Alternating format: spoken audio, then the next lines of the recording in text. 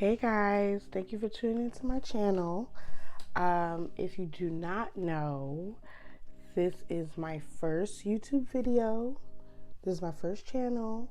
I never like to talk into a camera really, so this is a lot for me. But I feel like I have a lot of interesting things to talk about. So here I am, trying it out. Based off of the description of the video, you know that this is not a so happy conversation. So, um, besides me making a channel, some people were telling me like this is kind of like therapy to talk about. But I feel like I've dealt with it in the best way possible, and I'm just here to shed some light into what happened to me, and maybe things might have happened to you. You don't understand what happened, blah blah blah, whatever. So let's get into the video. So the name of this video is called My Twin Pregnancy and Loss. And I'm just here to shed some light as to what happens in a twin pregnancy versus a singleton pregnancy, and the complications that I went through. And yeah. So, let's get into it. All right, sorry. So, I found out.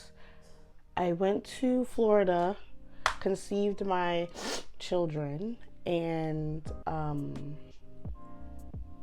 then I came back to New York. I went to Florida for 3 months, came back to New York, and found out I was pregnant. I took a pregnancy test, like on one of those like 99-cent pregnancy tests, and everybody want to get the clear blue and the shit says pregnant on there. It's rule of thumb that you should know, that every woman should know. You will never get a false positive. You'll get a false negative, but you'll never get a false positive. So even if the pregnancy test costs 99 cents versus $30, if it's a positive, it's positive. So I use a 99-cent one. And by the way, that was given to me, but it doesn't matter. I would have bought it myself. It said positive. So I was like panicking because I didn't know what I was going to do. Fine. My boyfriend told me, Renee, go to the doctor. Like, he didn't even say, oh my God, I'm so happy. The first thing he said was, go to the doctor. So I'm just like, you don't believe me? He's like, no, not that I don't believe you. It's just, I want to make sure. I go to the doctor, get into it. I go to the doctor and they tell me I'm 5 weeks pregnant. But there's no heartbeat because it's too early in the pregnancy. So come back next week when it's 6 weeks where we'll find a heartbeat. So I said, okay, bet.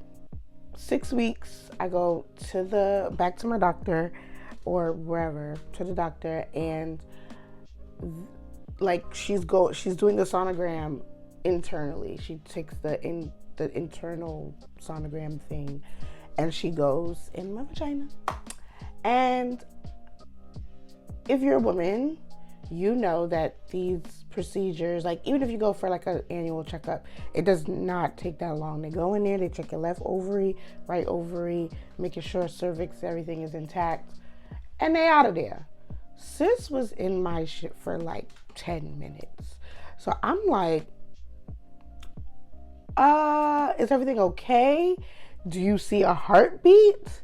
She's like, yeah, I see a heartbeat, but I'm seeing 2 in here. I said, 2 or what? She's like, I'm seeing 2 babies. I'm like, miss, no. She turned the screen. I saw 2 eggs on there. I said, oh shit. I was dumbfounded. I told her, can you print me out a picture because there's no way this could be true. I go back into the lobby where my mom was. I showed her the picture and I said, Ma, it's looking like it's going to be twins. She almost fainted.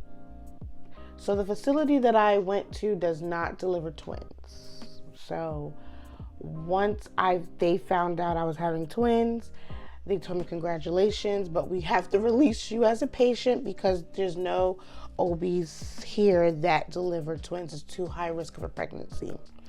So I'm just like, oh, great. So now I don't have a doctor. So I was going all over online looking for a doctor and what have you.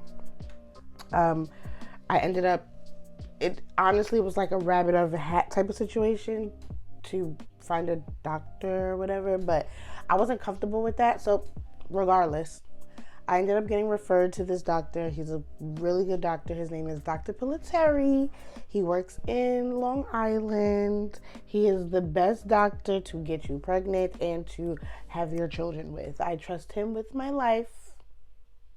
And that's kind of the referral I got when I was referred to him. So I went to him. He told me, you're going to be fine. This and the third. Great. Going through my pregnancy, I was nervous, but not really. I bought a lot of pregnancy books that relates to women who's having twins and whatnot. So I was fine. I didn't throw up, not once, not even one day. I didn't throw up not one day. I wasn't sick. I wasn't nauseous. I mean, I was a little bit of nauseous in the beginning, but it was like a couple days to a week.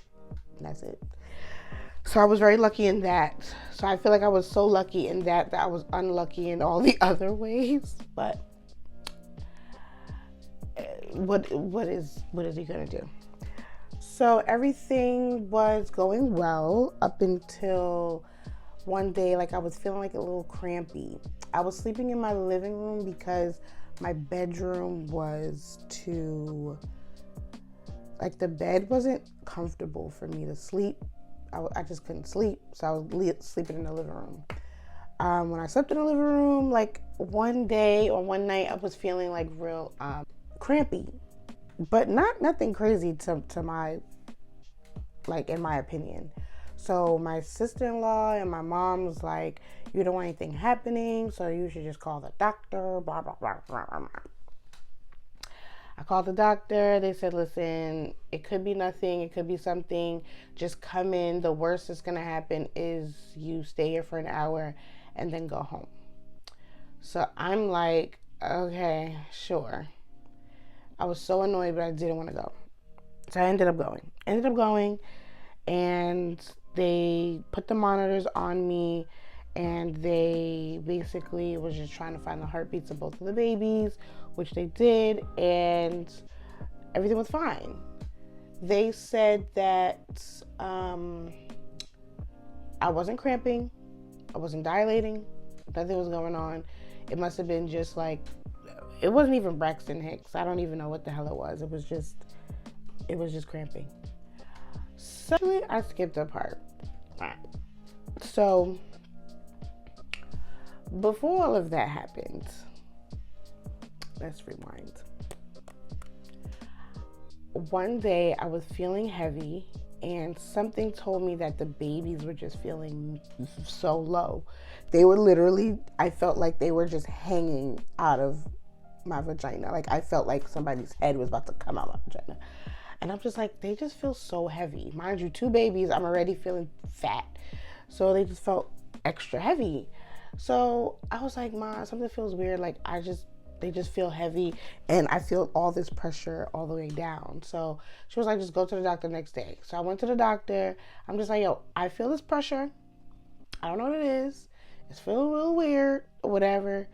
And they go into my vagina and they see that my cervix was less than 1 inch.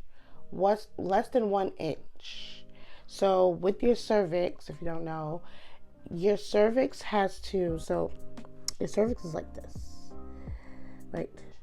And then your cervix has to thin out So it has to get shorter. And then once it gets shorter, then you dilate. So my cervix was like this, but it didn't dilate yet. So holding a baby or two babies like this was kind of crazy. And if I did not had fix it, I would have had them more preterm, and probably potentially lose my babies. But luckily, Dr. Piliteri to the rescue, right? So with that being said, they examined my cervix and come to find out I had an incompetent cervix. So I had to go get a cerclage. A cerclage is basically where they stitch your cervix back together with hopes of the baby staying in there as long as they need to cook in order for you to have them at the time you need to have them. So, yes, I had a cerclage done. I randomly went in just for pressure and ended up having to get a whole operation done. I was nervous, and the type of pregnancy that I wanted was a very holistic, and I didn't want any drugs. I wanted to push them out naturally. I wanted to be like this like natural goddess and queen. That ain't happening. So with the cerclage, I had to get a spinal. A spinal is different from an epidural. I always call the spinal like an epidural's cousin because it does the same thing, but it's not the same thing. The epidural is like an ongoing bag full of medicine that numbs your body. The spinal goes in the same way in your spine, and they have a same medicine, but it only lasts for about like 2 to 3 hours, so they can do an operation and then it wears off. An epidural is an ongoing, that's more for like natural pregnancies. Spinals is for like operations, I'm sure, whatever. So a spinal and epidural, it's like they're related, but they're not the same. So then I got a spinal, and remember I said I didn't want no drugs, I didn't want none of this nonsense. So I ended up getting a spinal to get the cerclage done. They ended up sedating me and all that. And yeah, so then I got a cerclage. So then after the cerclage, I felt a little cramp. And then this is when we fast forward, right? Fast forward, and now we're back to where I felt crampy in the living room. So I went back to the doctor, and I told them, like, yo, I'm feeling a little crampy. Like I said, they put monitors on me, and everything was fine. Cool.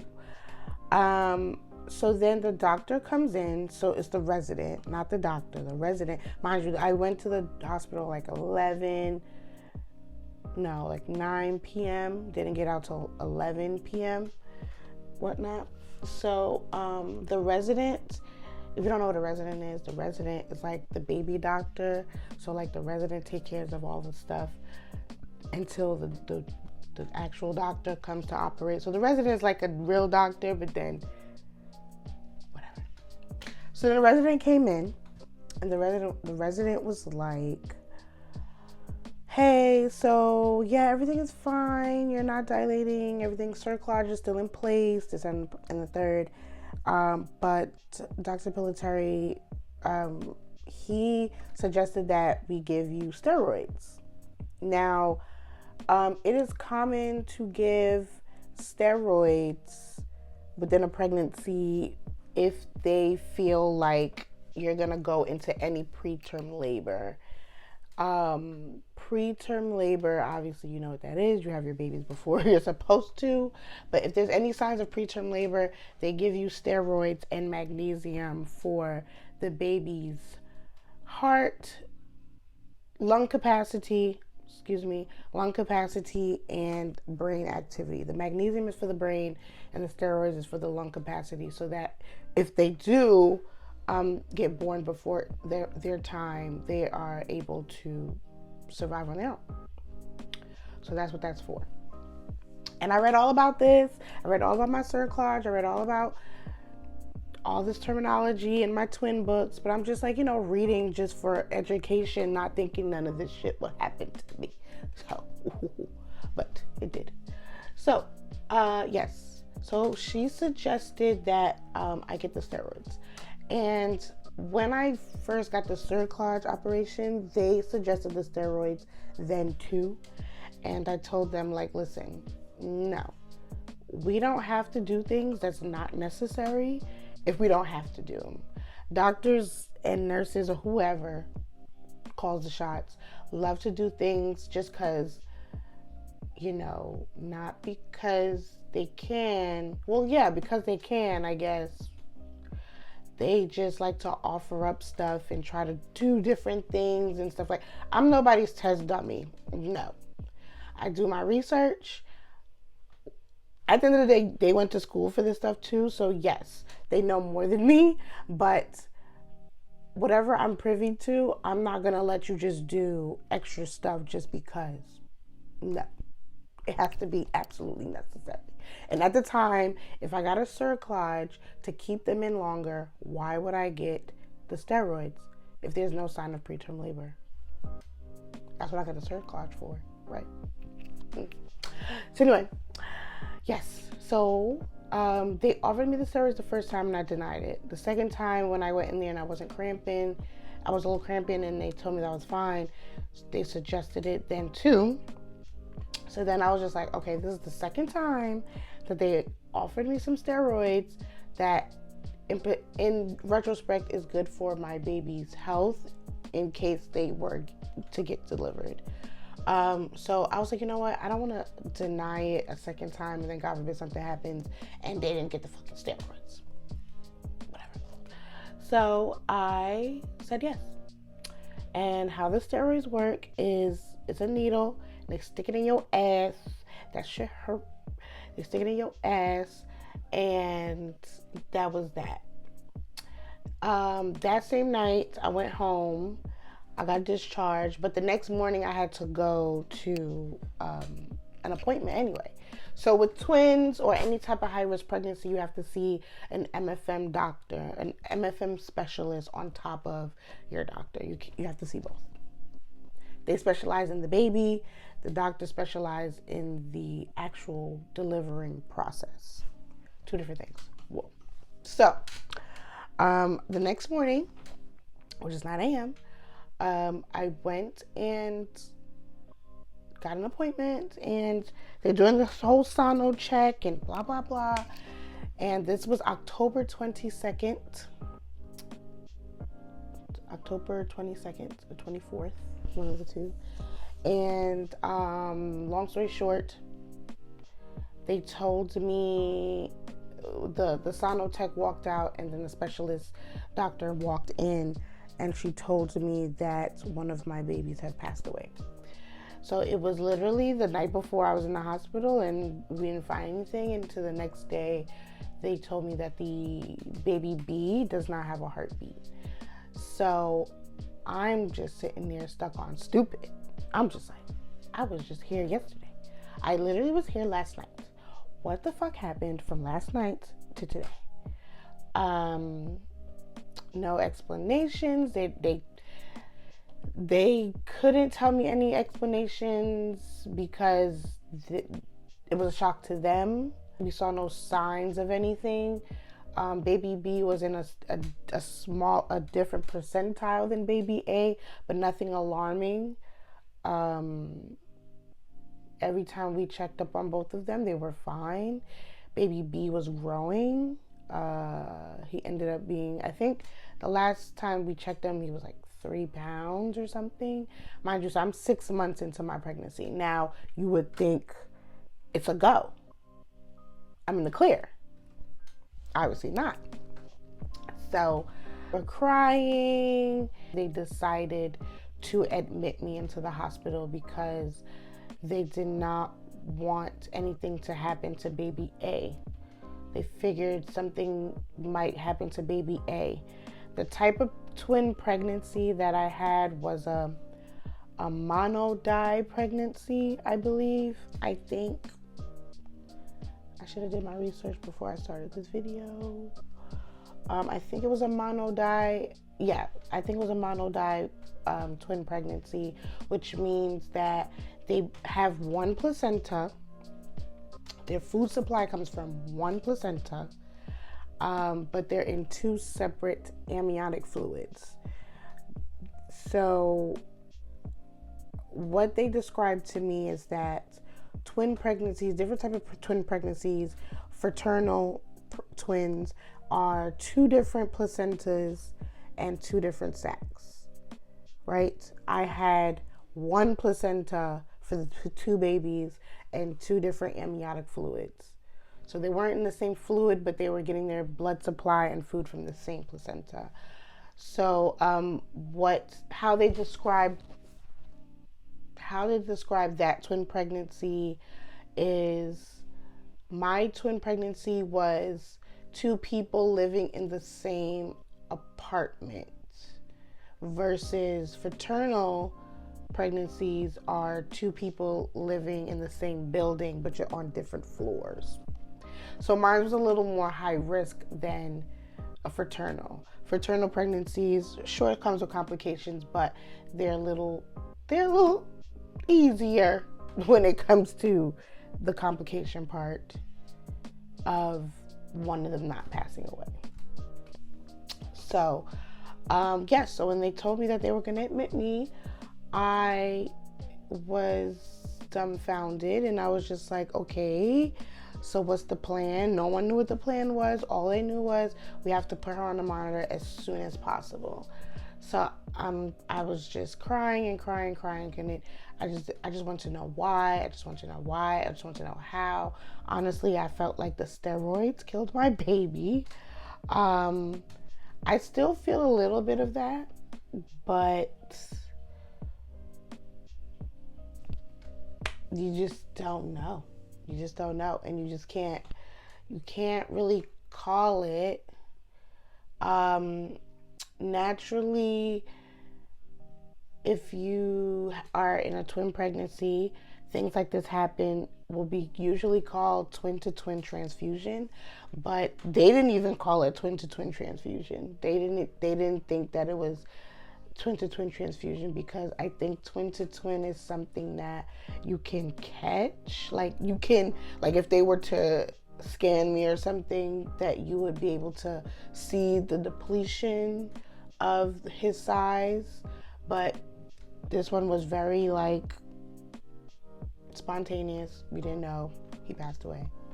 Yeah. So then I was just like, I thought everything was over. I'm like about to lose my babies. I've heard all these horror stories of women losing their children the way I did, and then having to deliver a deceased baby, and I thought that would have been traumatic. Not just one, but two. I thought I had to do two stillborn babies, but luckily I did not. So they basically told me the plan was, we're going to keep you up until you deliver. I was 6 months. So you keeping me till I deliver 6, 7, 8, 9.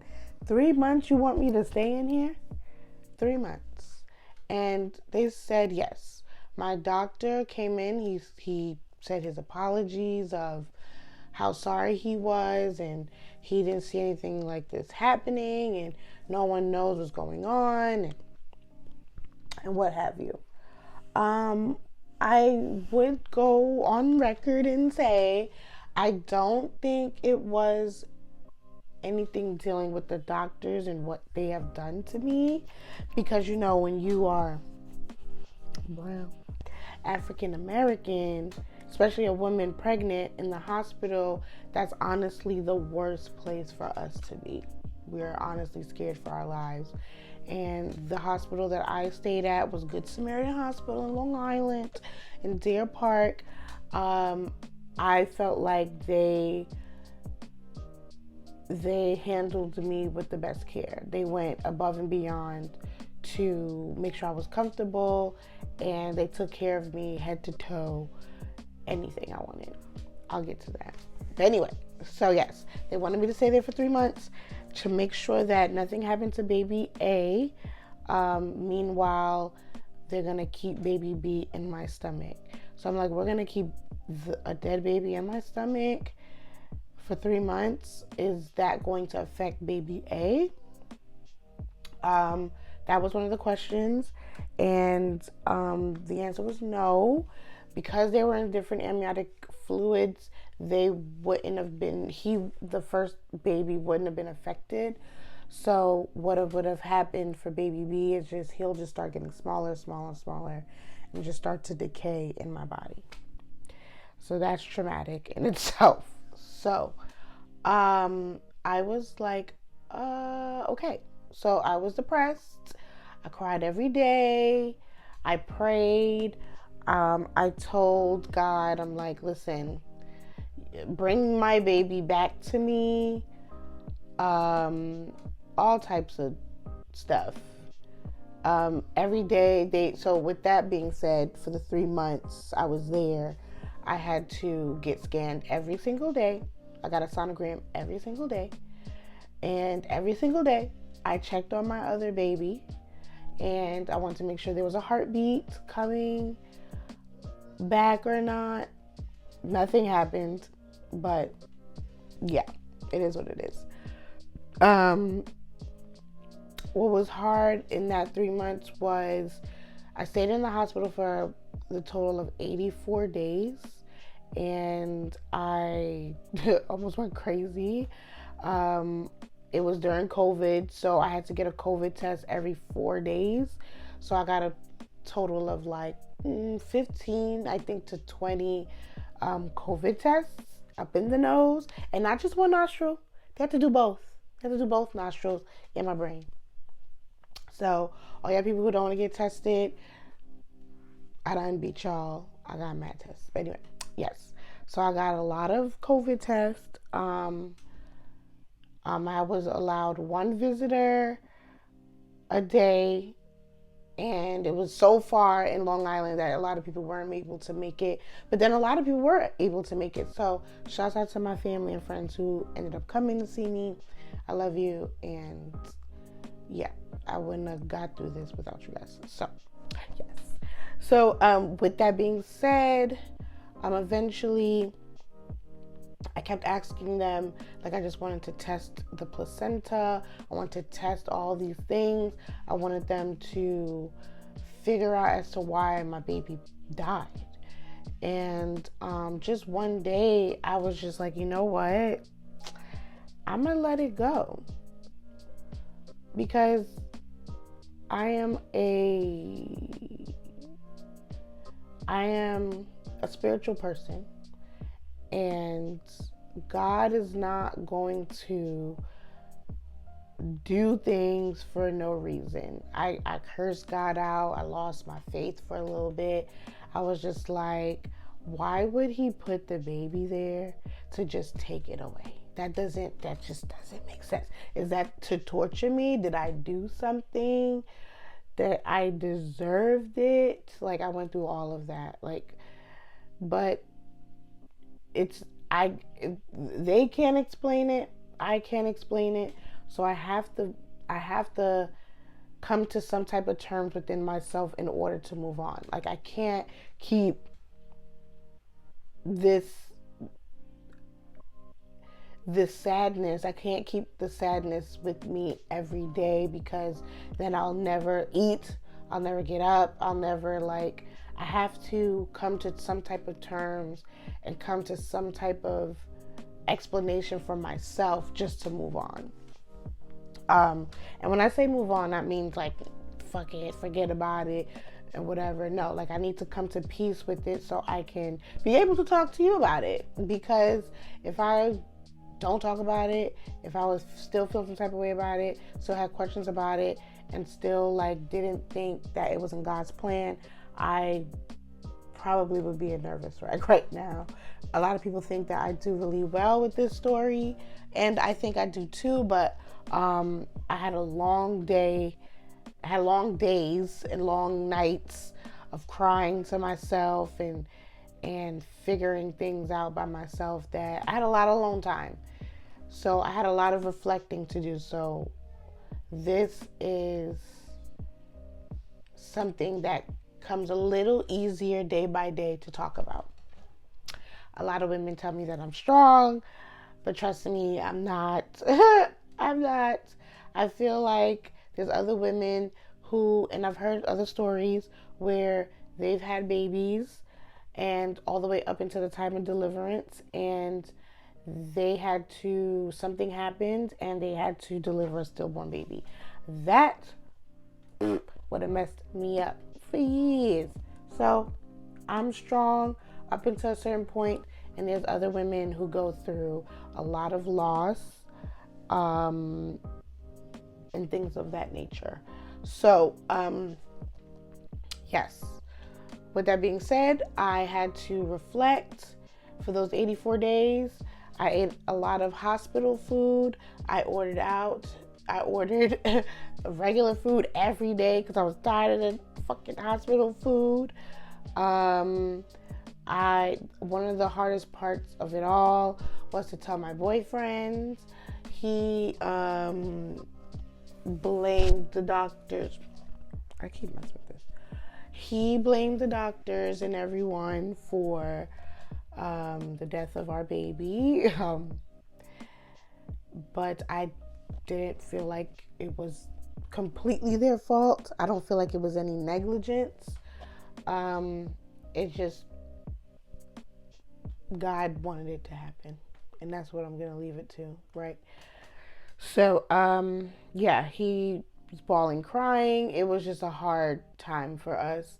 We actually wasn't doing good in our relationship. So, I felt like that brought us closer together.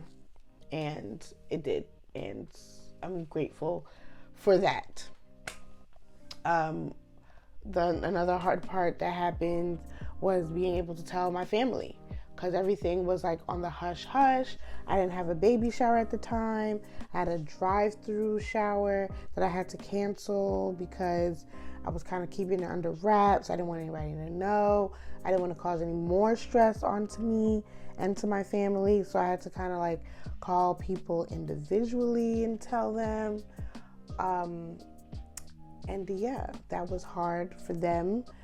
But they helped me get through it. And yeah. And the other thing, and the most important thing that I'm grateful for, is that, yes, luckily both of them did not pass away. I have one beautiful son. His name is Hunter. And so we ended up giving him his brother's name as his middle name. My other son name was Harlem. So I had Hunter and Harlem. And Hunter's name is Hunter Harlem. Last name is Beetle. So I think that that's something that was so significant to me and very heartfelt. And he'll always have his brother with him. And I'll always have my son with me because I ended up getting an urn necklace with my son in it. His ashes are in it. And I have another memoriam frame for him. So he'll never not be a person to us and never be lost. So I just want to shed some light into my story as to what happened to my pregnancy. Pregnancies are very hard and traumatic. I said that I wanted a lot of children, and with the twins, I was just like, yeah, ooh, yeah, 2 for 1. I don't gotta go back and have another kid no time soon. And then this shit happened, and now it's like, now I have to consider being pregnant again, kind of close to Hunter, because waiting too long, it's just like, that doesn't make sense. I'm not gonna wait 10 years to have another kid. I'm not doing that. But this experience has been traumatic, and I'm not sure how fast I will go and have another pregnancy, to be honest. So I want to know if I'm leaving out anything. If you have any questions, comments, concerns, You know, leave a comment down below. You know, tell me what you think. Oh, I keep messing with that. Tell me what you think. Tell me if you went through the same similar experiences or something different. Would say that, I mean, if you don't believe in God, it would be a very hard thing to get through this. I don't know how anybody else would get through this without some type of higher being, because I couldn't do it by myself. I couldn't even do it with my family. My family helped. I can't just only do it alone. My family definitely stuck by me, and my friends. My friends are my family. So they really held it down, and I'm completely grateful. So yes, go in the comments below. Let me know if I'm missing out anything, if I left out anything. If you have any questions, is obviously I'm gonna answer them if I left out anything. But that's just the gist of what happened to my pregnancy. And keep tuning in to different videos that I'm gonna be having with different content. All right, bye y'all.